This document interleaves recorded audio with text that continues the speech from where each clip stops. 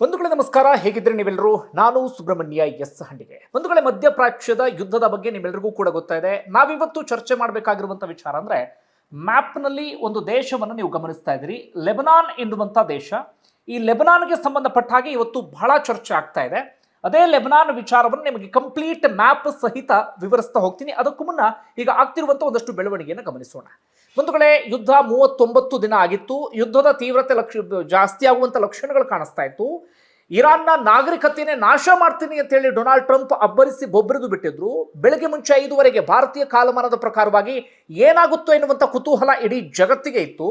ಆ ಗಡುವು ಬರೋಕೆ 1 ಗಂಟೆಯ ಮುಂಚೆ ಇದ್ದಕ್ಕಿದ್ದ ಹಾಗೆ ಡೊನಾಲ್ಡ್ ಟ್ರಂಪ್ ಕದನ ವಿರಾಮವನ್ನು ಘೋಷಣೆ ಮಾಡ್ತಾರೆ. ಇರಾನ್ ರೆಜಿಮ್ ಚೇಂಜ್ ಮಾಡ್ತೀನಿ, ಅಲ್ಲಿನ ಪರಮಾಣುವನ್ನ ಅಂದ್ರೆ ಅಣ್ವಸ್ತ್ರವನ್ನ ನಾಶ ಮಾಡಿಬಿಡ್ತೀನಿ, ಹರ್ಮುಜ್ ಜಲಸಂಧಿಯನ್ನ ನಾನು ವಶಕ್ಕೆ ತೆಗೆದುಕೊಂಡು ಬಿಡ್ತೀನಿ, ಎಲ್ಲ ಅಲ್ಲೋಲ ಕಲ್ಲೋಲ ಮಾಡಿಬಿಡ್ತೀನಿ ಎಂದಿದ್ದಂಥ ಟ್ರಂಪ್ ಇದ್ದಕ್ಕಿದ್ದ ಹಾಗೆ ಕದನ ವಿರಾಮವನ್ನು ಘೋಷಣೆ ಮಾಡುತ್ತೆ. ಅದಾದ ಬಳಿಕ ಇರಾನ್ ಕೂಡ ಅದಕ್ಕೆ ಒಪ್ಪಿಗೆಯನ್ನು ಸೂಚಿಸುತ್ತೆ. ಒಟ್ಟಾರೆಯಾಗಿ 2 ವಾರಗಳ ಕಾಲದ ಕದನ ವಿರಾಮ. ಈ 2 ವಾರಗಳಲ್ಲಿ ಮಾತುಕತೆ ಎಲ್ಲವೂ ಕೂಡ ನಡೆಯುತ್ತೆ. ಆ ಪ್ರಕಾರವಾಗಿ ನಾಳೆಯಿಂದ ಪಾಕಿಸ್ತಾನದಲ್ಲಿ ಮಾತುಕತೆ ಆರಂಭ ಆಗಬೇಕಾಗಿದೆ. ಇದು ಇಲ್ಲಿಯವರೆಗೆ ಆಗಿರುವಂಥ ಬೆಳವಣಿಗೆ. ಅದರ ನಡುವೆ ಇವತ್ತು ಒಂದಷ್ಟು ದಿಢೀರ್ ಎನ್ನುವ ರೀತಿಯಲ್ಲಿ ಬೆಳವಣಿಗೆ ಎಲ್ಲವೂ ಕೂಡ ಆಗಿದೆ. ಅದಕ್ಕೆ ಕಾರಣ ಅಂದ್ರೆ ಇದೇ ಲೆಬನಾನ್. ಇಸ್ರೇಲ್ ಏನ್ ಮಾಡಿದೆ ಅಂದ್ರೆ, ಲೆಬನಾನ್ನ ಮೇಲೆ, ಅದರಲ್ಲೂ ವಿಶೇಷವಾಗಿ ದಕ್ಷಿಣ ಲೆಬನಾನ್ ಏನಿದೆ, ಬೈರುತ್ ಎನ್ನುವಂಥ ಪ್ರದೇಶ ಏನಿದೆ, ಆ ಪ್ರದೇಶದ ವ್ಯಾಪ್ತಿಯಲ್ಲಿ ಅತ್ಯಂತ ಭೀಕರವಾದಂಥ ದಾಳಿಯನ್ನ ಮಾಡಿದೆ. ಒಂದೇ ದಿನ ಹೆಚ್ಚು ಕಡಿಮೆ 10 ನಿಮಿಷದ ಅಂತರದಲ್ಲಿ 100 ಕ್ಷಿಪಣಿಯನ್ನ ಸಿಡಿಸಿದೆ. ಇದರ ಪರಿಣಾಮವಾಗಿ ಲೆಬನಾನ್ನಲ್ಲಿ 20 ಮಕ್ಕಳು ಸೇರಿದಂತೆ, ಪುಟ್ಟ ಕಂದಮ್ಮಗಳು ಸೇರಿದಂತೆ 240 ಮಂದಿ ಸಾವನ್ನಪ್ಪಿದ್ದಾರೆ. 1000ಕ್ಕೂ ಅಧಿಕ ಮಂದಿ ಗಾಯಗೊಂಡಿದ್ದಾರೆ.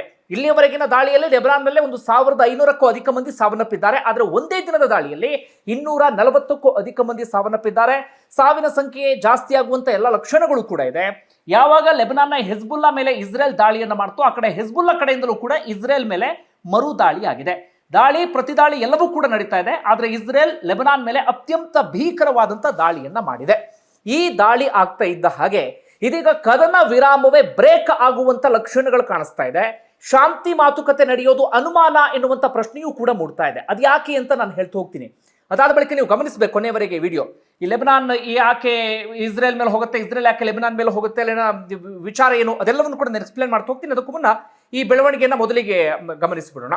ಓಕೆ, ನೀವು ಒಂದು ಪ್ರಶ್ನೆ ಸಹಜವಾಗಿ ಉದ್ಭವ ಆಗುತ್ತಲ್ಲ. ಈಗ ಇಸ್ರೇಲ್ ಲೆಬನಾನ್ ಮೇಲೆ ದಾಳಿ ಮಾಡೋದಕ್ಕೂ ಈ ಇರಾನ್, ಅಮೆರಿಕ ಮತ್ತೆ ಇಸ್ರೇಲ್ ನಡುವಿನ ಕದನ ವಿರಾಮ ಏನಿದೆ ಅದಕ್ಕೂ ಏನ್ ಸಂಬಂಧ, ಕದನ ವಿರಾಮ ಯಾಕೆ ಬ್ರೇಕ್ ಆಗಬೇಕು ಅಂತ ನೀವು ಪ್ರಶ್ನೆಯನ್ನ ಕೇಳಬಹುದು. ಬಂಧುಗಳೇ, ಇರಾನ್ ಅಮೆರಿಕ ಜೊತೆಗೆ ಕದನ ವಿರಾಮವನ್ನು ಮಾಡುವಂತ ಸಂದರ್ಭದಲ್ಲಿ ಒಂದು 10 ಷರತ್ತುಗಳನ್ನು ವಿಧಿಸಿತ್ತಲ್ಲ, ಅದು 10 ಅಂಶಗಳನ್ನು ಕೊಟ್ಟಿತ್ತಲ್ಲ ಮಾತುಕತೆಗೆ ಅಂತ ಹೇಳಿ. ಅದರಲ್ಲಿ ಒಂದು ವಿಚಾರ ಅಂದ್ರೆ, ಲೆಬನಾನ್ ಮೇಲೆ ದಾಳಿಯನ್ನ ನಿಲ್ಲಿಸಬೇಕು ಎನ್ನುವ ರೀತಿಯಲ್ಲಿ ಇರಾನ್ ಪ್ರಸ್ತಾಪವನ್ನ ಮಾಡಿರುತ್ತೆ. ಏನು, ಲೆಬನಾನ್ ಮೇಲೂ ಕೂಡ ದಾಳಿಯನ್ನ ಮಾಡಬಾರ್ದು ಅಂತ. ಯಾಕೆ ಅಂದ್ರೆ, ಇರಾನ್ಗೆ ಅತ್ಯಾಪ್ತ ಲೆಬನಾನ್. ಲೆಬನಾನ್ ಅಂದ್ರೆ ಇಡೀ ದೇಶದ ಸರ್ಕಾರ ಅಲ್ಲ, ಅಲ್ಲಿ ಇರುವಂತ ಹೆಜ್ಬುಲ್ಲಾ ಸಂಘಟನೆ ಇದೆಯಲ್ಲ, ಅದು ಇರಾನ್ಗೆ ತೀರಾ ಅತ್ಯಾಪ್ತ. ಇರಾನ್ನ ಬೆಂಬಲಕ್ಕೆ ನಿಂತುಕೊಂಡಿರುವಂತ ಸಂಘಟನೆ. ಜೊತೆಗೆ ಈಗ ಹೆಜ್ಬುಲ್ಲಾ ಹಾಗೆ ಇಸ್ರೇಲ್ ನಡುವೆ ದಾಳಿ ಆಗೋದಕ್ಕೂ ಕೂಡ ಇರಾನೇ ಕಾರಣ. ಹೀಗಾಗಿ ಇರಾನ್ ಹೇಳಿತ್ತು ಲೆಬನಾನ್ ಮೇಲೆ ದಾಳಿಯನ್ನ ಮಾಡುವ ಹಾಗಿಲ್ಲ ಅಂತೇಳಿ.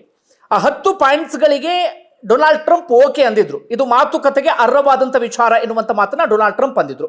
ಅಂದ್ರೆ ಅದರ ಅರ್ಥ ಏನಪ್ಪಾ ಅಂದ್ರೆ, ಹೌದು, ಲೆಬನಾನ್ ಮೇಲೆ ಇನ್ನು ಮುಂದೆ ದಾಳಿ ಆಗೋದಿಲ್ಲ ಅನ್ನೋದನ್ನು ಕೂಡ ಡೊನಾಲ್ಡ್ ಟ್ರಂಪ್ ಒಪ್ಪಿಕೊಂಡಿದ್ದರು.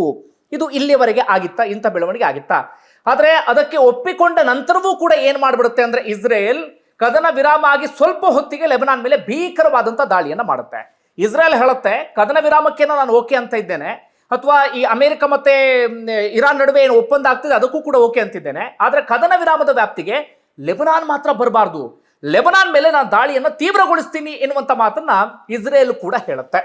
ಅದಾದ ಬಳಿಕ ಅಮೆರಿಕದ ಕಡೆಯಿಂದ ಒಂದು ರೀತಿಯಲ್ಲಿ ಉಲ್ಟಾ ಹೇಳಿಕೆಗಳೆಲ್ಲವೂ ಕೂಡ ಬರೋದಕ್ಕೆ ಶುರುವಾಗುತ್ತೆ. ಒಂದು, ಅಮೆರಿಕದಲ್ಲಿ ಬೇರೆ ಬೇರೆ ರೀತಿಯಂಥ ಹೇಳಿಕೆಗಳು ಈಗಾಗಲೇ ಬರೋಕ್ಕೆ ಶುರುವಾಗಿದೆ.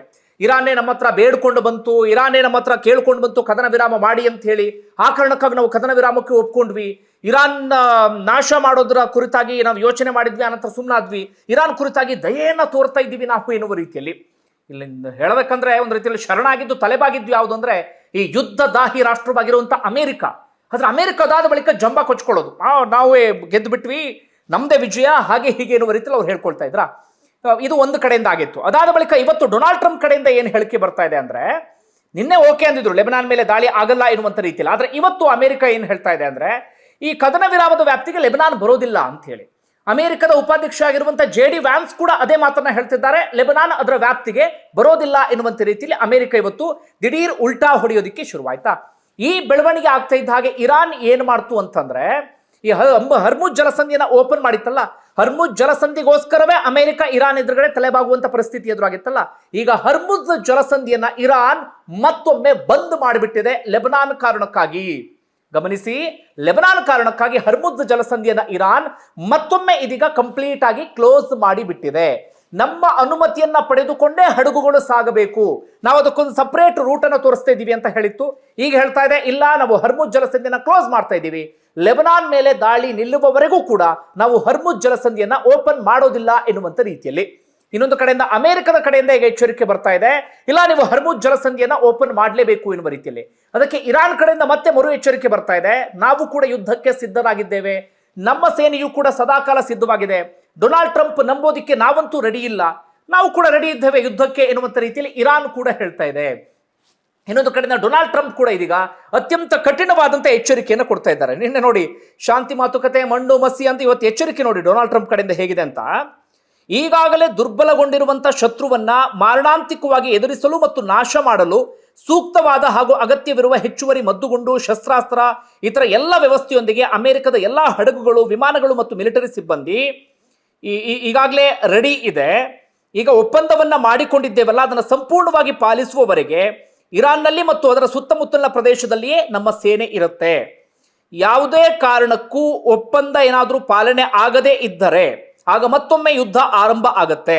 ಅದು ಇದುವರೆಗೂ ಯಾರೂ ನೋಡಿರದಷ್ಟು ದೊಡ್ಡ ಮಟ್ಟದ ಮತ್ತು ಉತ್ತಮವಾದ ಮತ್ತು ಬಲಿಷ್ಠವಾದಂಥ ಯುದ್ಧವಾಗಿರುತ್ತೆ. ಇದನ್ನ ಅಂದ್ರೆ ಹರ್ಮುಜ್ ಜಲಸಂಧಿನ ಓಪನ್ ಮಾಡೋದಕ್ಕೆ ಒಪ್ಕೊಳ್ಳೋದಾಗಿತ್ತು, ಆದರೆ ಈಗ ಏನೇನೋ ಒಂದಷ್ಟು ಡೆವಲಪ್ಮೆಂಟ್ ಆಗ್ತಾ ಇದೆ. ಆದರೆ ಹರ್ಮುಜ್ ಜಲಸಂಧಿ ಮುಕ್ತವಾಗಿ ಮತ್ತೆ ಸುರಕ್ಷಿತವಾಗಿರುತ್ತೆ, ನಮ್ಮ ಶ್ರೇಷ್ಠ ಮಿಲಿಟರಿ ಸದಾಕಾಲ ಸಿದ್ಧವಾಗಿದೆ, ಅಮೆರಿಕ ಇಸ್ ಬ್ಯಾಕ್ ಎನ್ನುವ ರೀತಿಯಲ್ಲಿ ಮತ್ತೊಮ್ಮೆ ಇದೀಗ ಪೋಸ್ಟ್ ಅನ್ನ ಮಾಡಿದ್ದಾರೆ. ಇರಾನ್ಗೆ ಅವರು ಮತ್ತೊಮ್ಮೆ ಇದೀಗ ಎಚ್ಚರಿಕೆಯನ್ನು ಕೊಡ್ತಾ ಇದ್ದಾರೆ. ಇನ್ನೊಂದು ಕಡೆಯಿಂದ ಇರಾನ್ ಕೂಡ ಅದಕ್ಕೆ ಮರು ಎಚ್ಚರಿಕೆಯನ್ನು ಕೊಡೋದಕ್ಕೆ ಶುರು ಮಾಡ್ಕೊಂಡಿದ್ದಾರೆ. ನಾವು ಸುಮ್ಮನೆ ಇರೋದಿಲ್ಲ ಎನ್ನುವಂತ ರೀತಿಯಲ್ಲಿ ಅವರು ಕೂಡ ಇದೀಗ ಹೇಳೋದಿಕ್ಕೆ ಆರಂಭ ಮಾಡಿದ್ದಾರೆ. ಅದೆಲ್ಲದಕ್ಕೂ ಕೂಡ ಕಾರಣ ಏನಪ್ಪಾ ಅಂದ್ರೆ, ಇದೇ ಲೆಬನಾನ್ನಲ್ಲಿ ಆಗ್ತಾ ಇರುವಂತ ಬೆಳವಣಿಗೆ. ಹೀಗಾಗಿ ಕದನ ವಿರಾಮ ಯಾವ ಕ್ಷಣದಲ್ಲಿ ಬೇಕಾದರೂ ಮುರಿದು ಬೀಳುವಂತ ಲಕ್ಷಣಗಳು ಕಾಣಿಸ್ತಾ ಇದೆ. ಇದ್ರ ಜೊತೆಗೆ ಮತ್ತೊಂದು ಇಂಟ್ರೆಸ್ಟಿಂಗ್ ಬೆಳವಣಿಗೆ ಏನಂದ್ರೆ, ನಾಳೆ ಪಾಕಿಸ್ತಾನದಲ್ಲಿ ಮಾತುಕತೆ ನಡೆಯಬೇಕಾಗಿತ್ತು. JD ವ್ಯಾನ್ಸ್ ನಿಯೋಗ ಈಗಾಗಲೇ ರೆಡಿ ಆಗಿದ್ದಾರೆ. ಡೊನಾಲ್ಡ್ ಟ್ರಂಪ್ ಅಳಿಯ ಹಾಗೆ ಮತ್ತೊಬ್ಬರಿದ್ದಾರೆ, ಹಾಗೆ JD ವ್ಯಾನ್ಸ್ ಪಾಕಿಸ್ತಾನಕ್ಕೆ ಹೋಗ್ತಿದ್ದಾರೆ ಮಾತುಕತೆಗೆ. ಇರಾನ್ ಕಡೆಯಿಂದ ಪ್ರತಿನಿಧಿ ಕಡೆಯಿಂದ ಒಂದು ಟ್ವೀಟ್ ಬಂದಿತ್ತು, ನಾವು ಹೋಗ್ತಾ ಇದ್ದೇವೆ ಅನ್ನುವಂಥ ರೀತಿಯಲ್ಲಿ. ಇದಕ್ಕಿದ್ದ ಹಾಗೆ ಟ್ವೀಟ್ ಅನ್ನ ಡಿಲೀಟ್ ಮಾಡಿದ್ದಾರೆ. ಅಂದ್ರೆ ನಾಳೆ ಇರಾನ್ ಮಾತುಕತೆಗೆ ಹೋಗುವಂತ ಸಾಧ್ಯತೆಗಳು ತೀರಾ ಕಡಿಮೆ ಇದೆ. ಅಪ್ಪಿತಪ್ಪಿ ಮಾತುಕತೆ ಹೋದ್ರೂ ಕೂಡ ಅಲ್ಲಿಗೇನು ಅಮೆರಿಕ 15 ಪಾಯಿಂಟ್ಸ್ ಇಟ್ಟಿದೆ, ಇರಾನ್ 10 ಪಾಯಿಂಟ್ಸ್ ಅನ್ನ ಇಟ್ಟಿದೆ. ಅದು ನೋಡಿದ್ರೆ ಅದು ಇದಕ್ಕೆ ಬರುವ ರೀತಿಯಲ್ಲಿ ಕಾಣಿಸ್ತಾ ಇಲ್ಲ, ಒಮ್ಮತಕ್ಕೆ ಬರುವಂತ ಲಕ್ಷಣಗಳು ಕೂಡ ಕಾಣಿಸ್ತಾ ಇಲ್ಲ. ಹೀಗಾಗಿ ಯಾವಾಗ ಏನು ಬೇಕಾದ್ರೂ ಆಗುವಂತ ಲಕ್ಷಣಗಳಿದೆ. ಈಗ ಲೆಬನಾನ್ ವಿಚಾರಕ್ಕೆ ಬರ್ತೀನಿ. ಯಾಕೆ ಲೆಬನಾನ್ ವಿಚಾರದಲ್ಲಿ ಇಷ್ಟೆಲ್ಲ ಬೆಳವಣಿಗೆ ಆಗ್ತಿದೆ, ಯಾವುದದು ದೇಶ ಅನ್ನೋದನ್ನ ನಾವು ಗಮನಿಸ್ತಾ ಹೋಗೋದಾದ್ರೆ, ಒಂದು ವೇಳೆ ಲೆಬನಾನ್ ಮತ್ತೆ ಇಸ್ರೇಲ್ ಅನ್ನು ನೋಡಿ, ಇಲ್ಲಿ ಮ್ಯಾಪ್ ಅನ್ನು ಗಮನಿಸಿ. ಇಲ್ಲಿ ನಿಮಗೆ ಗಾಜಾ, ಪ್ಯಾಲೆಸ್ತೀನ್ ಇದೆಲ್ಲ ನಿಮ್ಗೆ ಗೊತ್ತಿದೆ, ಹಳೆ ವಿಚಾರ ಅದು. ಇದು ನಿಮಗೆ ಇಸ್ರೇಲ್, ಇಲ್ಲಿ ವೆಸ್ಟ್ ಬ್ಯಾಂಕ್ ಎಲ್ಲವೂ ಕೂಡ ಬರುತ್ತೆ. ಒಟ್ಟಾರೆಯಾಗಿ ಇದು ಇಸ್ರೇಲ್ ದೇಶ, ಪಕ್ಕದಲ್ಲೇ ಲೆಬನಾನ್ ಇದೆ. ಎರಡೂ ಕೂಡ ಗಡಿಯನ್ನ ಹಂಚಿಕೊಂಡಿರುವಂತ ದೇಶಗಳು. ನಿಮಗೆ ಇಲ್ಲಿ ಇರಾನ್ ಕಾಣುತ್ತೆ, ಇಲ್ಲಿ ನಿಮಗೆ ಗಲ್ಫ್ ರಾಷ್ಟ್ರಗಳು, ಕತಾರು, ಕುವೈತು, ಬಹರೇನು, ಹಾಗೆ ಸೌದಿ ಅರೇಬಿಯಾ, UAE, ಯಮನ್ನು, ಓಮನ್ನು, ಈ ಕಡೆ ಇರಾಕ್, ಅದೇ ರೀತಿಯಾಗಿ ಸಿರಿಯಾ, ಟರ್ಕಿ, ಈ ಕಡೆ ಬಂದ್ರೆ ಈಜಿಪ್ಟ್, ಎಲ್ಲ ದೇಶಗಳು ಕೂಡ ಬರುತ್ತೆ. ನಿಮ್ಮೆಲ್ಲರಿಗೂ ಕೂಡ ಬಹಳ ಚೆನ್ನಾಗಿ ಗೊತ್ತಿದೆ. ಒಟ್ಟಾರೆಯಾಗಿ ಇದು ಮಧ್ಯಪ್ರಾಚ್ಯ. ಈ ಕಡೆ ಬಂದ್ರೆ ನಮ್ಮ ಕೊಲ್ಲಿ ರಾಷ್ಟ್ರಗಳು, ಅಂದ್ರೆ ಕೊಲ್ಲಿ ಸಮುದ್ರದ ತೀರದಲ್ಲಿರುವಂತಹ ರಾಷ್ಟ್ರಗಳು, ಅದು ಗಲ್ಫ್ ರಾಷ್ಟ್ರಗಳು.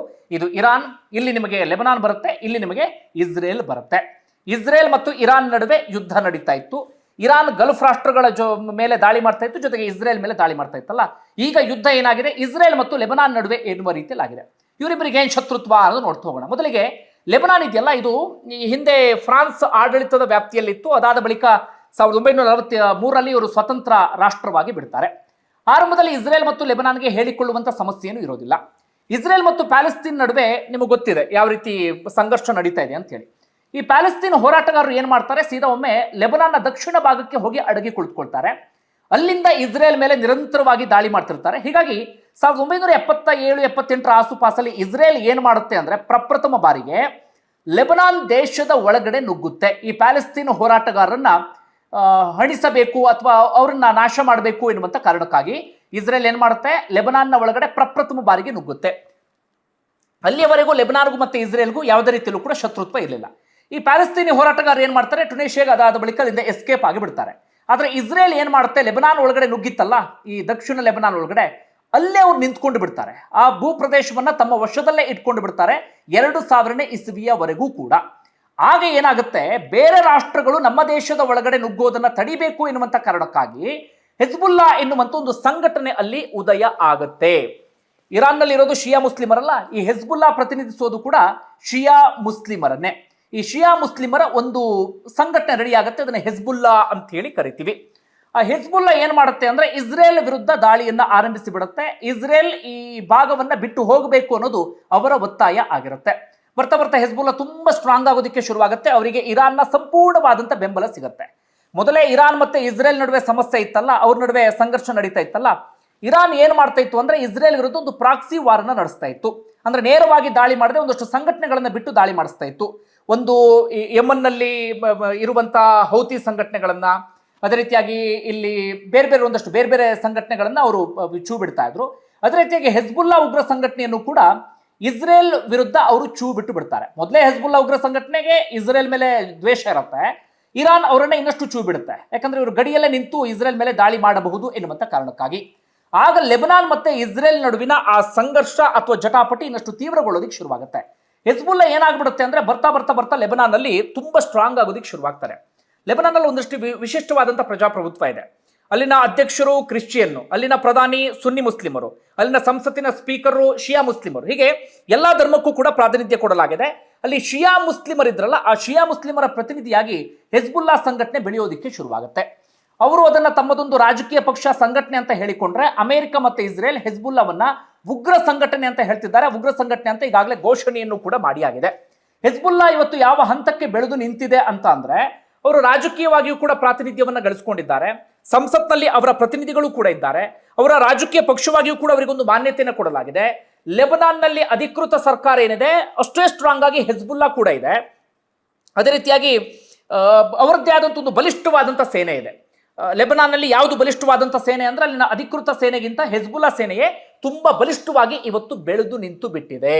ಅಷ್ಟರ ಮಟ್ಟಿಗೆ ಹೆಜ್ಬುಲ್ಲಾ ಇವತ್ತು ಸ್ಟ್ರಾಂಗ್ ಆಗಿ ನಿಂತ್ಕೊಂಡು ಬಿಟ್ಟಿದ್ದಾರೆ. ಇವತ್ತು ಎಲ್ಲಾ ರೀತಿಯಲ್ಲೂ ಕೂಡ ಲೆಬನಾನ್ನಲ್ಲಿ ಅವರು ತಮ್ಮ ಶಕ್ತಿಯನ್ನು ವಿಸ್ತರಿಸಿಕೊಂಡು ಬಿಟ್ಟಿದ್ದಾರೆ. ಆದರೆ ಇತ್ತೀಚೆಗೆ ಲೆಬನಾನ್ನ ಅಧಿಕೃತ ಸರ್ಕಾರ ಹೆಜ್ಬುಲ್ಲಾವನ್ನು ನಿಷೇಧ ಮಾಡಿತ್ತು. ನೀವು ಶಸ್ತ್ರಾಸ್ತ್ರವನ್ನು ಒಪ್ಪಿಸಬೇಕು, ನೀವು ಸಂಪೂರ್ಣ ನಿಷೇಧ ಮಾಡ್ತಿದ್ದೀವಿ ಅಂತ ಹೇಳಿ. ಆದರೆ ಹೆಜ್ಬುಲ್ಲಾ ಅದನ್ನು ಒಪ್ಕೊಳ್ಳೋಕೆ ರೆಡಿ ಇಲ್ಲ. ಯಾಕೋ ಹೆಜ್ಬುಲ್ಲಾವನ್ನ ಲೆಬನಾನ್ ನಿಷೇಧ ಮಾಡಿತ್ತು ಅಂತಂದ್ರೆ, ನೀವು ನಮಗೆ ಹೇಳದೆ ಇಸ್ರೇಲ್ ಮೇಲೆ ದಾಳಿಯನ್ನ ಮಾಡಿದ್ರೆ ಹೀಗಾಗಿ ಇಡೀ ಲೆಬನಾನ್ಗೆ ಸಮಸ್ಯೆ ಆಗ್ತಿದೆ ಎನ್ನುವಂತ ರೀತಿಯಲ್ಲಿ.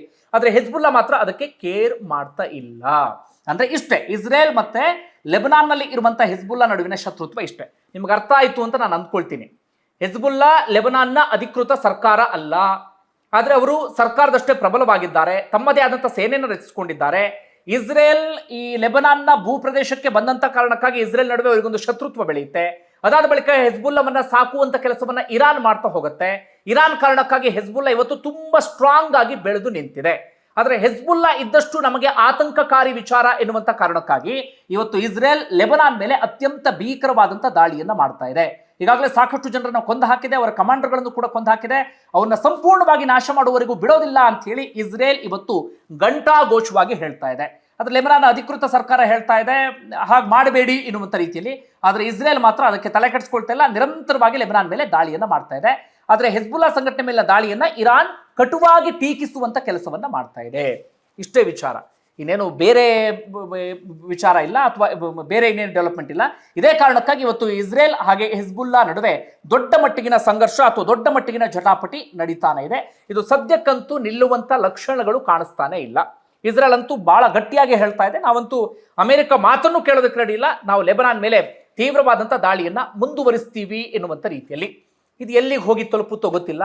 ಇದು ಕದನ ವಿರಾಮವನ್ನು ಸಂಪೂರ್ಣ ಬ್ರೇಕ್ ಮಾಡುವ ಹಂತದವರೆಗೆ ತೆಗೆದುಕೊಂಡು ಹೋದ್ರೂ ಕೂಡ ಅಚ್ಚರಿ ಇಲ್ಲ. ಬಂಧುಗಳೇ, ನಿಮ್ಗೆ ಏನಿಸುತ್ತೆ ಕಮೆಂಟ್ ಬಾಕ್ಸಲ್ಲಿ ಮೆನ್ಷನ್ ಮಾಡಿ. ಧನ್ಯವಾದ.